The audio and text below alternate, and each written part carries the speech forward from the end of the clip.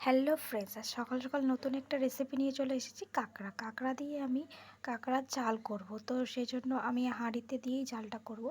তো প্রথমে তেলটা মাখিয়ে নিচ্ছি। আর কীভাবে কাঁকড়ার ঝালটা আমি করলাম, এটা হচ্ছে পুকুরের দেশি কাঁকড়া। যে কাঁকড়ার মধ্যে কী মশলা দিলাম, কী না দিলাম, আমার পুরো লং ভিডিওতে আমার চ্যানেলে ছাড়া আছে, আপনারা দেখে নেবেন কীভাবে এগুলো করবেন। তো এইরকম সব কিছু আমি মাখিয়ে নিয়ে এবার আমি উনানে কাঁকড়ার ঝালটা করব। তো বন্ধুরা, ভিডিওটা ভালো লাগলে একটা লাইক, কমেন্ট, শেয়ার করে দেবেন, আর অবশ্যই একটা সাবস্ক্রাইব করে দেবেন। আর নতুন নতুন ভিডিও পেতে আমাদের চ্যানেলের সাথে থাকবেন।